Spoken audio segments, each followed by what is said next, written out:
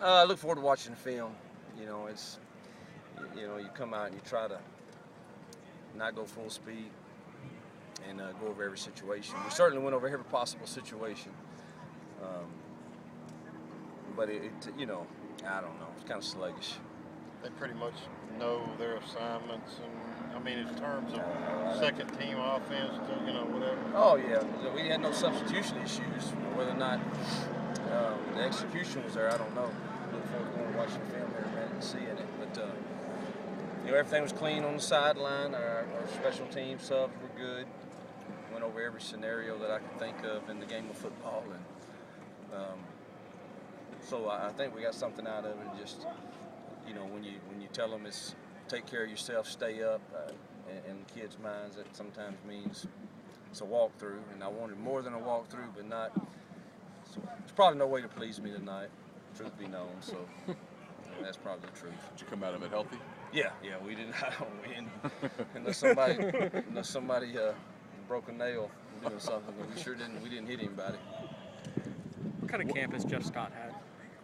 Good. I kid him every day that I don't even think he's been in camp. Because we really hadn't given him many reps, and that's really by design. I think we ran him too much last year. I think a person of his stature, his body, as the season goes on, I thought he was not the same guy at the end of the year that he was at the beginning. If you watch runs he had early in the season against Texas and other teams, and some of that had to do with the defenses too, I'm sure, but I don't think he was the same. And we kind of know what he can do. And we had to get some of those young ones more reps, so he probably has averaged. We probably have kept him to about. Now he does all the endo, of course, but about 12 reps a day is pretty much all he's done. We've been extra conditioning him, of course. So I mean, he's done everything we've asked. I'm real proud of Jeff and the young man he's becoming off the field. I think he has probably changed as much as anyone since I arrived, and proud of what he did academically to get himself where he is today. And I think he's starting to make wise decisions, so I'm proud of him in that. How's Itavius coming along? Slower than I'd hoped. I think the weekend will be good for him. Hope we see him Monday. He did some running today, but I wish he was ready to go, and I don't think he is right now. But we're going to take some time off this weekend. Hopefully he can get ready to go by Monday. Between Buchanan and Kincaid, is one of them ahead of the other one? Wow, that's a good question. I think both are going to be very good. Kind of would depend on what kind of game plan we carried, I think. Ryan has a great understanding of where the ball should go, the timing of it. Obviously he's young and arm strength. He's going to improve it as he grows older. Kincaid's an athletic kid who's got really good zip on his ball. Probably a little ahead athletically right now.